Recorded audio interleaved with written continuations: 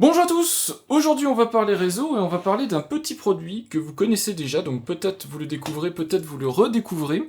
Ce produit ça s'appelle un module SFP, c'est un produit qu'on utilise couramment quand on fait du réseau, mais qui est plutôt à vocation, on va dire, de l'industrie ou des réseaux pro, donc peut-être en tant que particulier vous n'en avez jamais croisé, vous n'en avez jamais eu besoin, et c'est pas grave honnêtement, c'est pas des produits dont on a besoin tout le temps. Les modules SFP, Small Form Factor Pluggable, ici c'est une variante SFP+, c'est Enhanced, Small Form Factor Pluggable. C'est un produit qui permet de s'interfacer avec des équipements réseau, donc ça peut être des switches, ça peut être aussi par exemple votre box opérateur. Sur des box, en particulier les box free, vous avez peut-être un port SFP. Vous le reconnaissez, c'est un espèce de trou, on ne sait pas quoi en faire, on ne sait pas quoi brancher dedans. Bah, c'est ce type de module qu'on branche dedans. Et ça permet de faire une abstraction entre la carte mère et le type de connexion physique que vous branchez sur la carte mère de votre équipement réseau. Puisque bah, vous pouvez être amené à vouloir changer de norme ou à devoir vous adapter en fonction des équipements que vous avez, donc chez vous, ici puisqu'on parle de particuliers. Et donc en fonction de ce que vous avez, ça serait dommage d'avoir à changer un switch qui fonctionne très bien. Et donc l'industrie a envisagé une norme, c'est ce genre de petit module. Derrière vous avez un connecteur, je referai des gros plans pour vous montrer dans le détail, ça se branche directement sur le bus de données de la carte mère, et de l'autre côté, vous avez un port. Ce port ici, il se trouve que c'est un port Ethernet pour du RJ45, donc du câble cuivre, mais on pourrait très bien avoir ici un port fibre, et donc vous pourriez dessus brancher de la fibre pour faire du réseau fibre, si vous voulez du réseau à très haut débit. Voilà, c'est l'idée générale de ce petit produit. Je vais vous faire un gros plan, je vais vous expliquer d'où ça vient, comment ça marche rapidement, et le contexte de ce petit module, c'est que je voulais tester ce module dans les nouvelles bornes Wi-Fi 7 TP-Link que j'essaye en ce moment, les BE85, qui ont à l'arrière ici un petit port, alors on le verra à peine mais je vous mettrai un gros plan, un petit port SFP+, qui permet, en plus des deux ports 10 gigabits et du port 2,5 gigabits, bah, d'obtenir un port SFP. Si jamais dessus vous voulez brancher directement par exemple du réseau fibre, ça vous permet de le faire en direct. Donc c'est plutôt intéressant, c'est plutôt sympa, et c'est ce que je voulais tester parce que ce que j'ai compris, et en faisant le test j'ai pu le vérifier, c'est qu'il y a un des ports 10 gigabits de la borne qui est combiné avec le port SFP quoi, donc qui le désactive, et donc c'était ce que je voulais vérifier. Donc ça vous l'aurez dans le compte rendu du test des bornes BE85, puisque c'était ce que je voulais vérifier.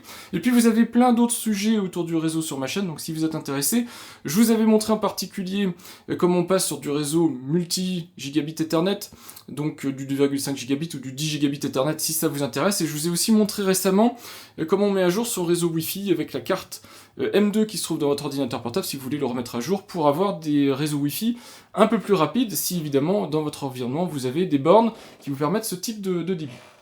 Voilà, bah on va faire un gros plan sur ce module, je vous montre vite fait à quoi ça ressemble avec le petit clip de rétention, le connecteur carte et le connecteur ici, bah c'est de l'Ethernet RJ45, donc j'ai que cette variante là, je pourrais juste vous montrer ça, et puis on conclura là-dessus. C'est une petite vidéo, mais comme ça, si vous êtes amené à manipuler ce type de produit, vous saurez comment ça marche, vous saurez comment ça s'utilise et à quoi ça sert, ça vous permettra quand même d'aborder le sujet en toute quiétude, vous saurez pourquoi vous achetez ce type de module, qu'est-ce que vous avez sur le marché comme type de module, et puis donc comment l'utiliser, l'installer, ça sera plus simple. Pour que vous ayez un petit peu de contexte, je suis équipé d'une Livebox 5 connectée à internet par de la fibre, c'est la fibre Soch, donc 300 Mbps, ce qui est très bon en termes de débit, hein. Pour ceux qui ont connu l'internet d'il y a longtemps, c'est vraiment très très confortable. Par contre, évidemment, c'est très loin des débits que proposent d'autres opérateurs, je pense en particulier à Free. Et cette box-ci en particulier n'a pas de connecteur SFP. De toute façon, on n'en aurait pas besoin vu les débits qu'elle atteint, mais elle n'en a pas. Et en général, c'est plutôt dans ce type de scénario où on a besoin d'un connecteur SFP, ou en tout cas l'opérateur fournit l'emplacement pour mettre un module SFP, pour relier donc sa box opérateur derrière soit à son réseau par un switch ou autre, soit directement à son routeur, c'est encore mieux. Dans ce cas-là, on désactive la partie routeur de la box quand c'est possible et on laisse son matériel réseau gérer toute la partie routage chez soi, c'est l'idéal. Et donc dans ce cas-là, il faut que le lien entre les équipements soit le plus rapide possible, et avec un connecteur SFP, un lien fibre, on est au 10 gigabits seconde, voire même au-delà suivant ce qu'on a comme type de connecteur et de possibilités en termes de fibre, donc c'est très bien. J'ai aussi pas de possibilité de mettre de la fibre dans la maison, je parle de vraie fibre qui passerait en gaine, etc. Je suis ici sur des murs pleins, donc à part faire des tranchées à nouveau dans les murs, c'est pas envisageable. J'ai cependant deux uniques gaines qui desservent mon logement, et on voit ici le brassage qui est fait, une qui va au dernier étage, une qui va à l'étage juste au-dessus, et donc c'est ce qui dessert mes niveaux en câble, et c'est du câble catégorie 6A, donc je peux faire sans problème du 10 gigabits seconde avec ce type d'équipement, et on voit ici mon adaptateur, donc pour les câbles muraux vers les câbles patch, en catégorie 6 également, donc du 10 gigabits seconde, il n'y a pas de souci, je peux le brasser, je peux l'utiliser. Voilà, ça c'est pour le contexte d'utilisation, parce qu'en général on voit ça sur des box opérateurs, mais il n'y a pas qu'Internet dans la vie. Ce qu'il faut comprendre, c'est quand on déploie du matériel chez soi pour faire du réseau, c'est pas forcément pour aller sur Internet. Certes, bien sûr, quand on fait du Wi-Fi ou qu'on a des câbles dans les murs et tout ça, bah, c'est sympa d'aller sur Internet, mais on peut aussi faire des échanges de fichiers, des choses comme ça, du streaming en local. On peut avoir des équipements locaux, des serveurs et compagnie, et on n'a pas besoin forcément d'aller sur Internet. Pour autant, on peut avoir besoin d'avoir de bons débits, de bonne latence, et donc pour ça, on peut avoir quand même besoin de switch multi-gigabit, donc de 5 ou 10 gigabits seconde, avec un câble fibre pour relier deux switches entre eux, ou des choses comme ça. Donc c'est aussi dans ce contexte-là qu'est déployé des modules SFP avec un lien fibre ou un lien Ethernet 10 gigabits seconde. Un des deux connecteurs, donc celui de mon séjour, vient directement donc de l'étage en dessous, ce que vous avez vu qui est brassé, et donc arrive à une de mes deux bornes, qui se trouve être ici. Et vous voyez ici la borne avec le connecteur SFP. Donc je vous l'ai dit, j'en ai pas nécessairement besoin, c'est vraiment pour tester cette borne que j'ai branché le connecteur, le module SFP dans le connecteur SFP. Et vous voyez ici que j'ai bien les deux bornes qui sont reliées par un lien câble. Si je débranche ce connecteur-ci, vous allez voir que l'application, alors ça prend éventuellement un certain temps, mais l'application va se rafraîchir et va m'indiquer un backhaul, c'est-à-dire un lien entre mes bornes, en Wi-Fi. Donc là, il y a reconnexion, je vais attendre quelques secondes, et puis je vous montre comment ça se représente. Voilà, vous le voyez ici, lien Wi-Fi entre les deux bornes, puisqu'il y a une déconnexion. Donc ce module SFP fonctionne très bien également pour faire des liens 10 gigabits ou moins, peu importe, en filaire. Ici, pour information, donc la borne est connectée avec le module. Le module est tiède, c'est-à-dire je me brûle pas, hein, je peux le toucher. Mais je suis pas en 10 gigabits seconde, là je suis un petit peu inférieur, donc c'est aussi pour ça que la borne est, le module est un peu moins chaud. Et une fois qu'on reconnecte le câble, bah, vous allez voir dans l'application TP-Link, alors c'est pareil, ça prend quelques secondes le temps d'identifier tout ça, mais la connexion va repasser en connexion filaire. Voilà, on voit ici la connexion qui repasse en filaire. Donc, le module SFP fonctionne parfaitement avec cette borne TP-Link et vous pourrez généraliser ça à d'autres équipements. Juste pour vous montrer que même si on est sur des équipements, j'aurais pu acheter un module SFP TP-Link, c'est standardisé, vous pouvez acheter un module d'une autre marque et le brancher sur notre marque. Ça fonctionne, a priori, il n'y a pas de souci particulier, mais il faut quand même se méfier de la compatibilité générale de tout ça. Pour l'emballage du module, c'est surprenamment premium, même si on s'en moque, ça reste quand même sympathique. C'est un petit emballage métal dans lequel se trouve le module SFP+. Vous voyez, c'est vraiment super joli, un petit boîtier mat.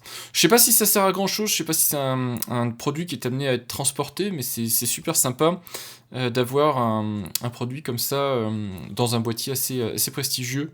C'est mieux qu'un petit boîtier carton. Il y a quand même une information qui est importante, il faut savoir quand on manipule des modules SFP, c'est la température d'utilisation. Quand on le branche, c'est des produits qui vont, suivant évidemment les débits, les transferts, la quantité de données, etc., mais qui vont émettre de la chaleur, donc c'est pas des choses qu'on s'amuse à manipuler à chaud, parce que des fois on peut se brûler, donc ça peut monter assez haut en température. Alors 70 degrés, je sais pas si on les obtient de manière régulière, mais en tout cas, ça monte en température, ça peut devenir tiède, voire chaud. Je vous montre donc le dos du module, comme ça, enfin du boîtier du module, comme ça vous voyez les informations techniques. Pour le reste, il n'y a pas grand chose, c'est un petit boîtier métallique normat, assez joli.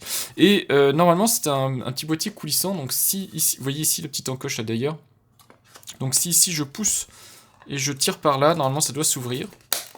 Alors on a entendu le petit clac d'ouverture, je coulisse, et le module est dedans. Il est bien calé dans un petit plastique. Je vais vérifier si des fois il y a un manuel ou quelque chose. Rien du tout, donc c'est juste une incrustation plastique pour tenir le module. Et le module en lui-même, le voilà, il est relativement lourd évidemment.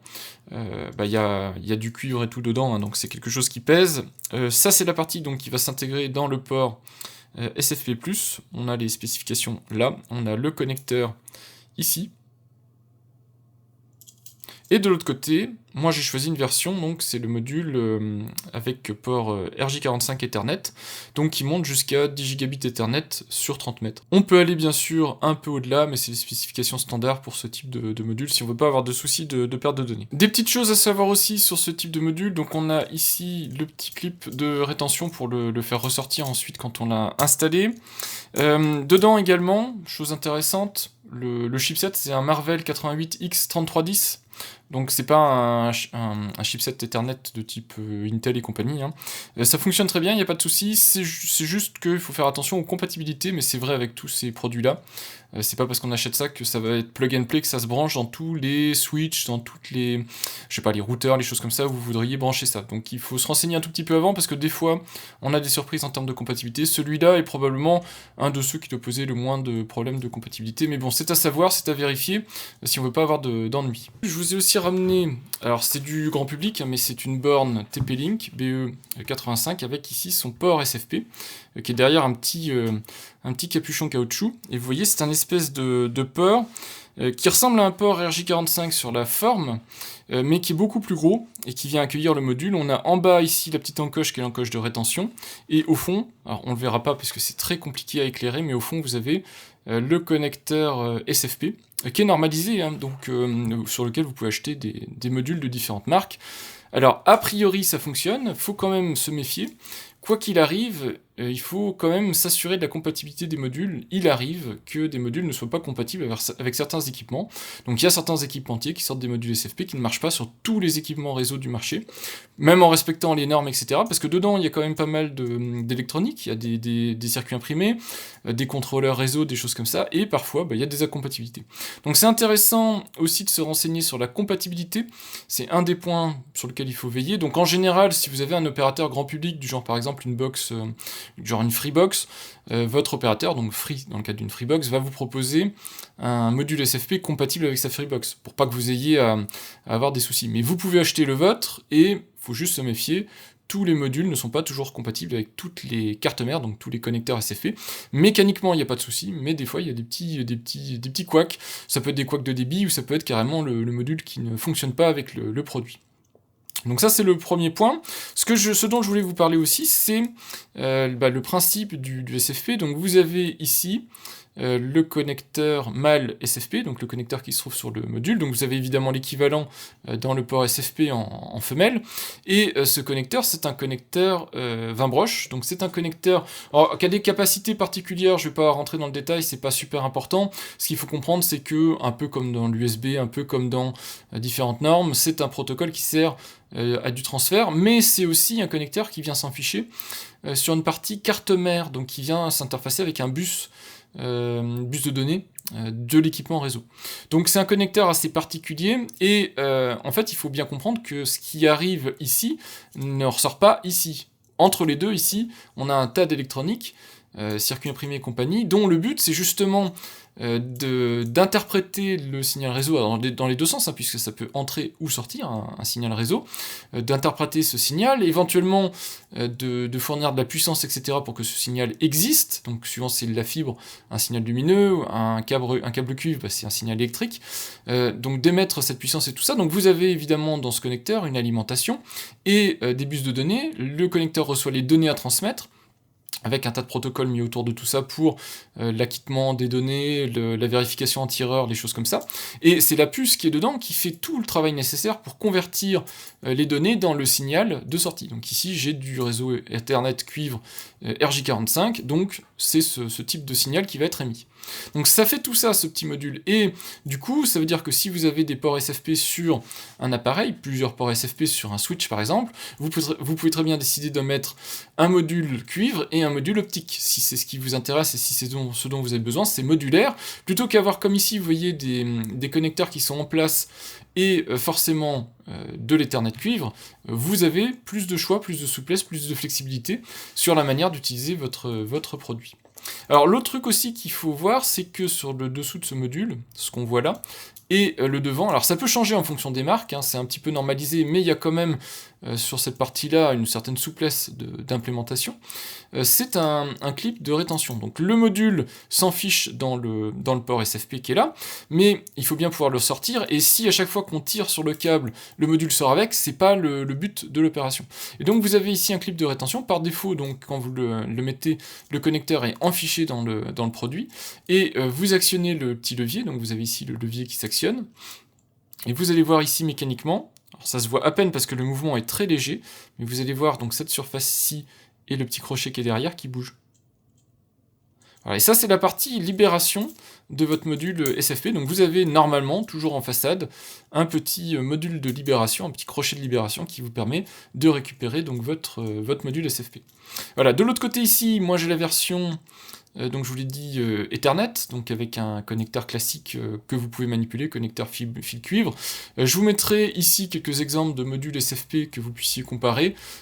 Ici donc on a une variante très classique, très grand public, avec de l'Ethernet, mais ça reste de l'Ethernet ici, 10 gigabits seconde, donc c'est un port Ethernet rapide, hein, c'est pas... mais vous pouvez aussi avoir des petits modules gigabit Ethernet, ça fonctionne aussi très bien si vous n'avez pas besoin de gros débit, et puis vous avez des modules fibres en différents modes, en fonction de ce dont vous avez besoin. Ce qu'il faut savoir aussi, c'est que ici on est sur du SFP+, donc je vous l'ai dit, le SFP+, c'est du Enhanced. Le SFP+, c'est pas une norme récente, elle a déjà, je sais pas, au moins 15 ans, quelque chose comme ça, mais c'est elle qui a permis de créer des modules comme ça qui vont vers les 10 gigabits Ethernet et au-delà, donc qui permettent d'avoir des très hauts débits, là où le SFP était plus réduit dans les débits, des compatibilités avec différentes normes, en particulier l'optique, et certains débits sur des réseaux cuivre.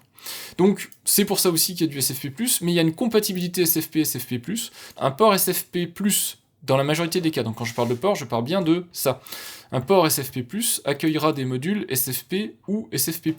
Alors évidemment, si vous mettez un module SFP, bah, vous aurez les débits du SFP. Ça ne va pas le booster ou lui changer ses capacités.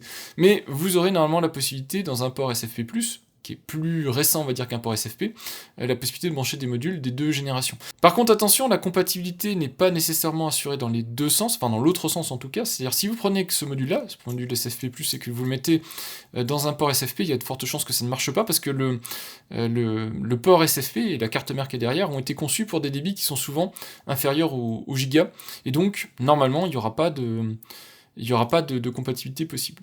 À vous de tester, mais de toute façon, en général, les produits qui ont des ports juste SFP, pas SFP+, c'est des produits qui sont assez anciens, donc c'est assez peu probable que vous vouliez utiliser des modules SFP+, sur des ports SFP. Je ne pense pas que ce soit votre cas d'utilisation, mais bon, vous pourrez toujours essayer. Normalement, en tout cas, si vous avez un port SFP+, si vous avez des vieux modules SFP, vous pourrez les utiliser, vérifiez toujours la compatibilité.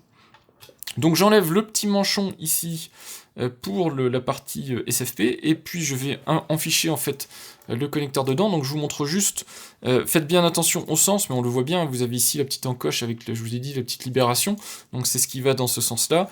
Vous mettez le module, de toute façon il y a un sens, vous appuyez, et le module est enfiché. Et ensuite le module est vraiment tenu dans le port, et vous voyez aussi qu'il y a une particularité avec le SFP, c'est que le module dépasse. Alors pourquoi le module dépasse? Je vous l'ai expliqué, c'est pas la seule raison, mais une des raisons principales, c'est parce que comme vous avez de l'électronique, contrôleur et compagnie dans le module, il faut que la température s'échappe, donc il faut que le module puisse se refroidir. Et une des manières de faire ce refroidissement, c'est d'exposer ici le port SFP sur l'extérieur. Comme ça, la partie métallique ici peut refroidir et le module peut baisser en température. Ça reste quand même des modules qui chauffent assez, donc en général, on a des entourages métal. Ici, on a un entourage plastique. Bon, je pense que TP-Link a prévu le coup, mais on est sur des produits grand public. Vous voyez qu'on n'est pas sur un switch pro, donc un switch pro, vous aurez peut-être 2, 3, 4 ports SFP avec isolés, avec des entourages métal, etc. Ici on est sur un produit grand public. C'est plus, on va dire, pour rendre service, pour être compatible fibre, parce que vous avez peut-être envie d'avoir un lien fibre entre vos deux bornes TP-Link ou avec votre box opérateur. Donc c'est plus pour ce type de choses que ce port est mis en place. Ensuite, pour connecter un câble réseau, c'est comme sur n'importe quel autre port, hein, ça reste, alors, ici dans ce cas de figure, dans ce module-là, ça reste un port Ethernet, donc c'est du RJ45, je connecte ma petite prise dedans, et c'est tout. Donc c'est bien costaud, il n'y a pas de souci. Le module est enfiché dans le connecteur SFP et retenu par le clip de rétention. Et puis le câble Ethernet lui-même, le câble est bloqué par ce petit clip ici. Donc lui-même est retenu. Donc je peux libérer le câble. Et je vous l'ai dit, pour libérer le module, c'est la petite broche qui est là. Donc on soulève la petite partie qui est là. Et là, ça va venir permettre de libérer le module. Donc je vous le refais. Le module tient. Pas de souci, je peux tirer dessus. Alors je vais pas tirer comme un malade, mais il n'y a pas de risque de le sortir. On soulève, le module est libéré, on peut ensuite tirer. Dernière petite chose, le SFP, c'est une norme qui est hot plug, c'est-à-dire que vous pouvez la brancher, la retirer à chaud. Et ça permet aussi, quand vous avez une panne, de retirer un module et de le remplacer vite fait par un autre. Donc pas de souci là-dessus, vous pouvez les installer, les enlever, que vous soyez sur un routeur, un switch, une box, peu importe, la norme le supporte. Par contre, faites très attention, le module, je vous l'ai dit, peut être très chaud, peut-être pas bouillant, mais vraiment très très chaud. Il y a des risques de brûlure, donc faites très attention avant de l'attraper à pleine main. Voilà, donc avec ça, avec cette petite démo, je vous ai montré en fait tout ce qu'il y a à savoir sur les modules SFP ici, puisque majoritairement, je dirais que vous allez acheter des modules SFP+. Je résume juste parce qu'il faut bien comprendre les choses, vérifier la compatibilité. Un des points importants quand on achète des modules SFP+, c'est la compatibilité. Malheureusement, on va dire l'ordre général, c'est que vous achetez un module SFP+, ça va fonctionner, mais il y a quand même des incompatibilités, donc il faut juste se méfier. Surtout quand on attaque des produits très particuliers et qu'on a des produits ici très grand public ou très accessibles en termes de budget. Des fois, il y a des petits raccourcis qui sont faits, tout n'est pas compatible avec tout, donc on se méfie de ça.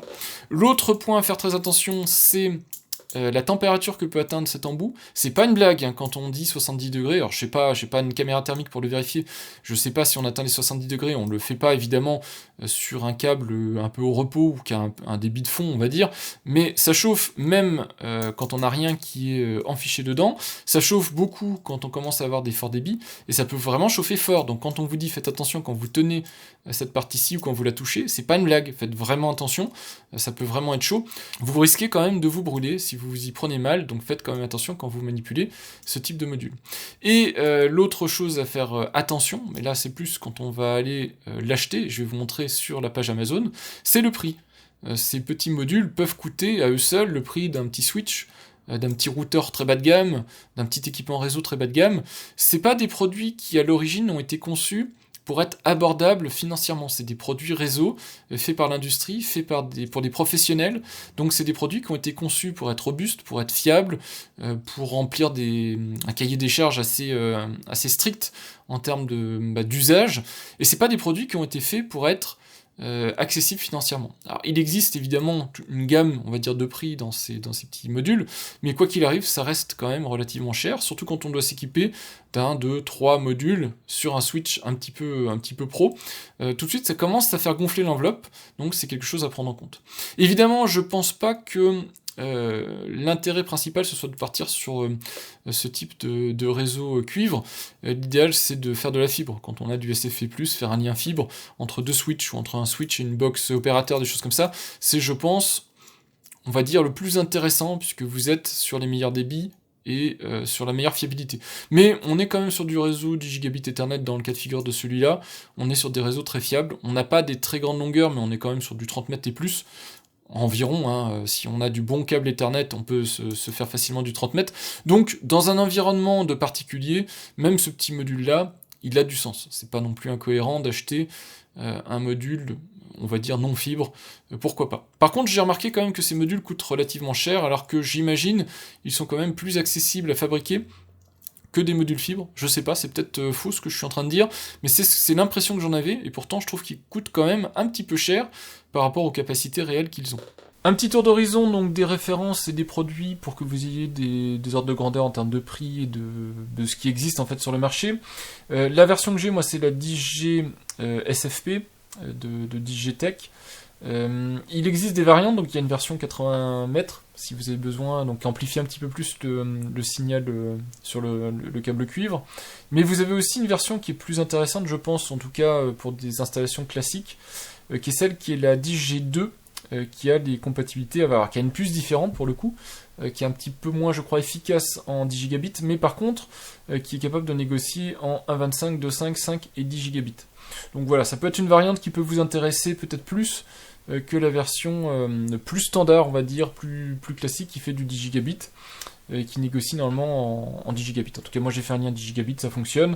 À vous de voir ce dont vous avez besoin. C'est un produit que vous pouvez aussi acheter en pack, donc à l'unité ou par 10, par 2, par 4, donc en fonction de vos besoins, suivant si vous avez des switches multiports ou si vous avez besoin de faire de relier deux bornes par exemple, vous aurez peut-être besoin de les acheter en pack, ça peut être intéressant, vérifiez bien à chaque fois que vous payez moins cher en pack qu'à l'unité. Et il existe aussi, comme je vous l'ai dit, des variantes fibre optique de ces modules, donc ici par exemple les versions LR. Alors il faudra acheter le câble fibre en plus, et vous avez aussi certains modules qui sont vendus directement avec une fibre préattachée, donc par exemple pour relier de switch ou des trucs comme ça. Voilà. Alors les modules, ce que je vous disais, les modules fibre coûtent moins cher que les modules Ethernet, et c'est assez surprenant, je ne sais pas pour quelle raison. Ça doit être plus simple à fabriquer, ou peut-être il y a plus de demandes. Voilà, je ne sais pas trop ce qui justifie ça, mais il y a un ordre de grandeur x2 quand on est sur des modules Ethernet.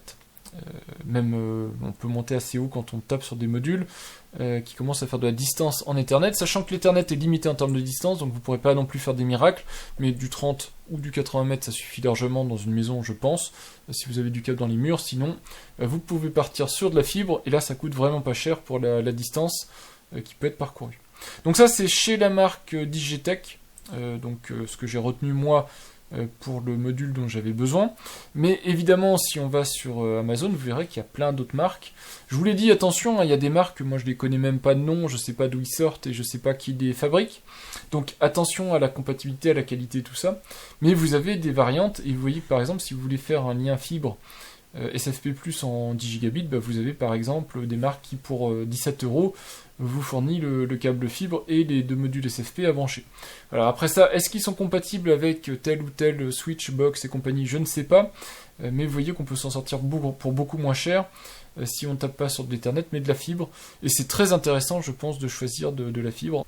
Quand on attaque le domaine de la fibre optique, ça devient vite assez compliqué de s'y retrouver. Faites juste un repère assez simple, c'est de choisir en général à chaque bout le même module. Comme ça, au moins, vous êtes sûr que vous ne pouvez pas vous tromper, parce que si vous choisissez des modules différents, ça va commencer à devenir compliqué. Il y a des compatibilités, mais il faut être sûr qu'on ait les mêmes technologies de modules. Alors, il y a des blogs ou des articles qui existent qui détaillent tout ça, alors plus ou moins récents. Je vous en ai trouvé un ici sur le site de fs.com qui vend du matériel réseau.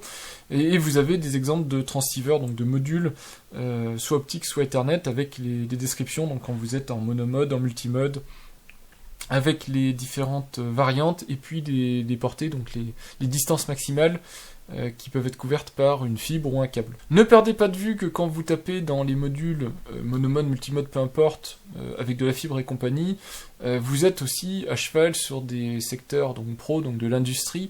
C'est pour ça que vous allez voir des trucs qui font halluciner, du genre des distances de 50 km, enfin 20, 50 km, etc. Même au-delà, avec donc des débits assez soutenus. Ici, on est encore sur de l'SFP, SFP+, donc dans le cas de figure. Il y a de l'XFP ou des trucs comme ça qui existent en plus pour aller encore plus loin, parce que 10 gigabits dans du secteur pro, c'est lent, hein, quand on compare à du 25 gigabits ou au-delà. Donc il y a d'autres normes qui permettent d'aller encore plus loin, mais en général, ça c'est pas du tout équipé sur des produits grand public, donc c'est même pas la peine de l'aborder ici dans cette vidéo. Donc vous avez plein de variantes sur la fibre, faites très attention, donc je vous le redis, choisissez toujours deux modules identiques avec le câble qui va avec. Vous allez sur Amazon, vous prenez un kit, comme ça vous êtes sûr que ça marchera. Si vous vous amusez à mixer des modules d'un bout à l'autre avec votre propre choix de fibre et tout ça, à moins que vous sachiez exactement ce que vous faites, vous allez avoir des soucis pour faire marcher tout ça ensemble. Voilà en ce qui concerne donc ce module SFP+, donc évidemment il y a plein de variantes, ici je vous en ai montré un, vous pouvez en avoir avec des variantes fibre et tout ça, mais je pense que vous avez compris tout ça. C'est un produit qui paye pas de mine en tant que tel, pourtant c'est un produit qui est extrêmement intéressant quand on fait du réseau, intéressant sur plusieurs points, mais attention en tant que particulier, le souci, moi je trouve en tout cas de ce type de module, c'est que c'est des produits qui sont plutôt destinés à des vocations professionnelles, donc déjà qui nécessitent un certain budget, parce que même sur des produits qui payent pas de mine comme ça, on tape sur des budgets de 30, 40, 50 € Ça commence vite à chiffrer, sachant que les gens s'achètent souvent des Switch à 20 ou 30 euros et déjà ils trouvent ça cher, donc vous imaginez bien qu'un petit module comme ça, quand il vous en faut 2, 3, 4, ça commence vite à chiffrer. Et en plus, c'est des produits qu'il faut manipuler avec précaution, c'est des produits qui peuvent chauffer. Alors c'est jamais normalement extrêmement brûlant, sauf si vous faites des très gros transferts de fichiers. Il faut toujours faire attention quand on les manipule, parce que si vous êtes en plein transfert de fichiers, et que juste derrière, je sais pas pour quelle raison, mais vous allez manipuler ça et le déficher, vous pouvez vraiment vous brûler, puisque ça reste quand même des produits qui chauffent pas mal. Dedans, il y a tout le petit équipement matériel pour faire transiter le signal réseau, donc forcément, ça consomme, ça chauffe, et donc il faut manipuler ça avec précaution. Donc des produits qui sont parfois un petit peu capricieux en termes de compatibilité, pas super bon marché, puis qui peuvent être un petit peu dangereux, il faut faire attention à pas les laisser apparents si vous avez des enfants qui peuvent toucher les modules, on sait jamais. Mais dans l'ensemble, c'est des produits quand même qui sont extrêmement bien conçus et qui permettent une évolutivité quand même phénoménale quand on a des équipements réseau, qu'on sait pas, par exemple vous pouvez partir sur du RJ45 dès le départ et puis ensuite vouloir du réseau fibre, et bien c'est quand même des produits qui vous permettent de conserver vos switches, de conserver vos équipements réseau en les faisant évoluer avec vos besoins, et donc ça évite d'avoir tout à changer. C'est exactement pour ça qu'ils ont été conçus, de l'évolutivité, du remplacement aussi, si jamais il y a une panne quelconque, vous pouvez juste changer ce petit module. En général, c'est rare que ces petits modules tombent en panne, mais si c'est le cas, ça peut changer, alors que voilà, une carte mère de Switch, c'est beaucoup plus compliqué à diagnostiquer, à réparer, à faire échanger. Voilà l'idée générale de ces petits modules. J'espère que ça vous aura servi. Si vous en rencontrez maintenant, vous saurez à quoi ça sert, vous saurez comment les utiliser, en tout cas un petit peu mieux. Il y a évidemment plein de contenus que vous pouvez trouver sur internet qui vous donneront plus de détails sur toutes les variantes possibles que vous pouvez obtenir en termes de modules SFP, mais au moins vous aurez eu une première vidéo que je vous ai faite qui vous permet d'avoir une approche pour mieux comprendre ce type de petits produits. Merci d'avoir regardé cette vidéo, puis je vous dis à bientôt pour de prochaines vidéos. Au revoir!